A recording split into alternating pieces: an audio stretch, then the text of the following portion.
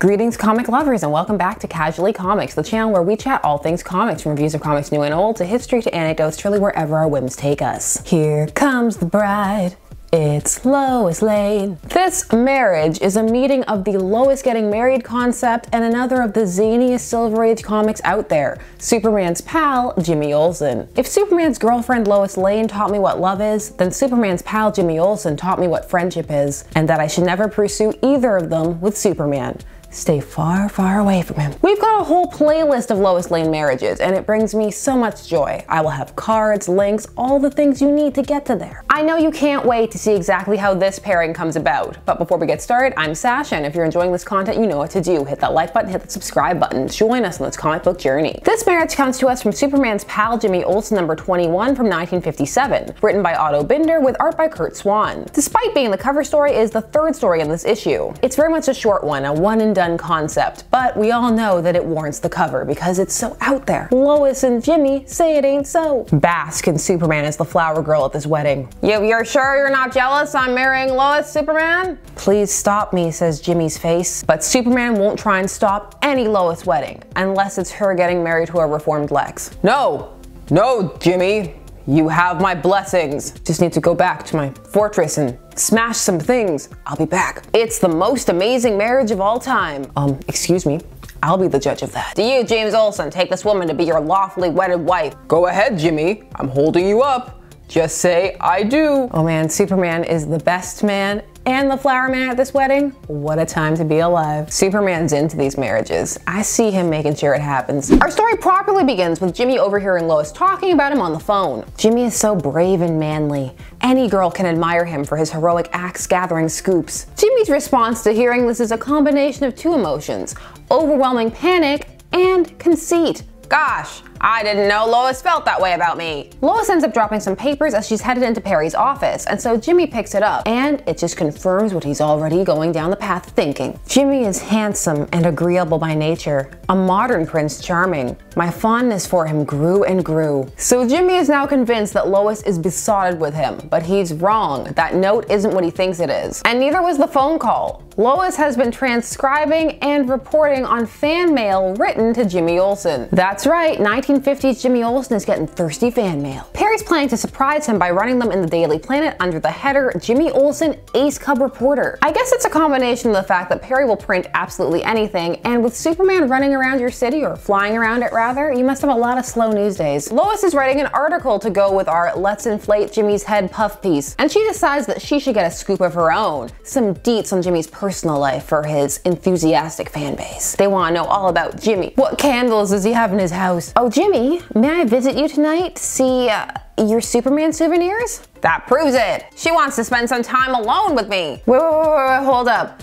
Jimmy has a Superman souvenir room? We've established that souvenir rooms are a romantic thing at this time period. Superman called his Lois room partially a souvenir room because of their adventures together. I see you wishing for a Supergirl for Superman that looked like you. I see you, Jimmy. Hide your Superman bust, Jimmy. Lois further compounds Jimmy's belief when during their souvenir hangout, she asks if he has a special girlfriend. No, only Superman. All of this, however, is going to Jimmy's head. He is majorly feeling himself until he realizes that by 1950s logic, this means that he has to marry Lois Lane. Because if he turns her down, he'll break her heart. So better to just live a life of lies. Also, he can't confide in Superman because she's supposed to be his girlfriend or loved him first or something like that. Also, Jimmy likes living. He sees only one escape, and that's pretend to be a jerk, or a cad as he puts it. Cad's a great word, we need to bring it back. CAD. It's Operation Make Lois Hate Jimmy, and he starts it right away the next day. First, he tries to steal one of her scoops. Only when he gets to the dock where this scoop is going down, it was all a plan to lure her there and take her out. So not only does he have to call Superman to come and save him, but Lois followed him, and now it looks like he figured out that it was a trap and went there first to save her. Oh no, my plan rebounded. It only makes Lois love me more. I'll be another kind of cad soon. Next, Jimmy stages an incident aboard the flying newsroom. He turns off the engine engine to pretend that it's failing and then proceeds to take the only parachute, banking entirely on the idea that Superman will show up and save Lois. I love that Jimmy and Lois are both so entitled, like they deserve all of his saving attention. Jimmy will fake a plane crash to try and sort out his love life. Superman does show up, but there was a bomb on the parachute because criminals were hoping to take one of them out. So they just put a bomb on a parachute and left it there in hopes that one day, that is the long and random game. You do not have a real plan at that point.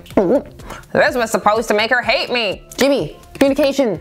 Learn to talk to people. Jimmy tries one more plan to try and make Lois hate him. He gets an envelope sealed with Superman's secret identity that's supposed to be run in 100 years, opened in a century, and he says he's gonna open it right now. But when he goes to open it over some flames, it bursts into flame and burns. It's nice that the people of the planet are humoring Clark like this. Go ahead, put your secret identity into an envelope. My headcanon about why it exploded is just Clark in the next room being like, nope. All of these things have been impressing Lois, and she's thinking more and more of Jimmy, so she decides that she's gonna tell him about the surprise, the fangirl article. I can't hold it back any longer. You see? You don't have to say it, Lois. I know. You love me, and well, will you marry me? It was the only gentlemanly thing to do. Ah, yes.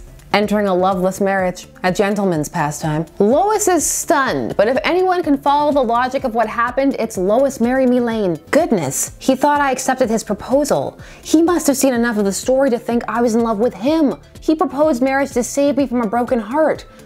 But it's all a mistake. Lois doesn't tell him that though, and then they could all have a laugh, you know, like friends or at the very least colleagues. Nope, instead she leaves him panicking to have night terrors about the life that he imagines they'd have together. It was an honor being Jimmy's best man. If I knew that it was this easy to get Superman to be your best man, I would have had him as my maid of honor. Take care of the children, dear. No, this got dark fast. And now I've learned that Jimmy also fears fatherhood, and that his pullout game is weak, because that's 6 kids. Did you hear that? Did you hear the WAP lyrics? Boom! Right when you weren't expecting it. Coming at you with the references that will date the video. Lois, instead of talking to Jimmy, talks with Superman. She asks him to help her come up with a plan to break up with Jimmy. Spare Jimmy's feelings at the same time, but it will also leave Jimmy thinking that she did at one point love him. Well, Superman is here for that. He loves playing mind games on his friends, especially Jimmy. So it is that Lois arranges it so every time her and Jimmy are out doing something for the wedding, Superman shows up and whisks Jimmy away on some adventure or other, which gives Lois a fake reason to break up with him. But Lois, all I said was Superman needs me again. He can have you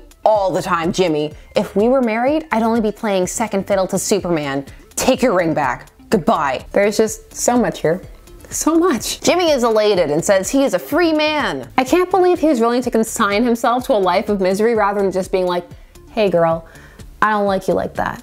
I'm sorry. Also, step off. Superman's mine. I will crash our plane and take the only parachute. Lois does run the story about thirsty Jimmy Olsen fans, which causes his head to swell because he thinks Lois was one of them. Just why? Why? So much why? It was all so wrong, and I loved every moment of it. Jimmy has issues and he needs to work through them. So does Lois. This story taught me that both Jimmy and Lois are drowning under the weight of societal expectations. So concerned about keeping up appearances and maintaining the alleged status quo that they will just give themselves over to the way things have to be in Jimmy's case, or resort to deviousness and lies to avoid what they feel is the inevitability of mundane life. And they're both seeking to avoid that. So they'll both come up with plans that are just off the wall. This is just, it's a fascinating microcosm time capsule experience. One conversation could have solved this. Where was HR?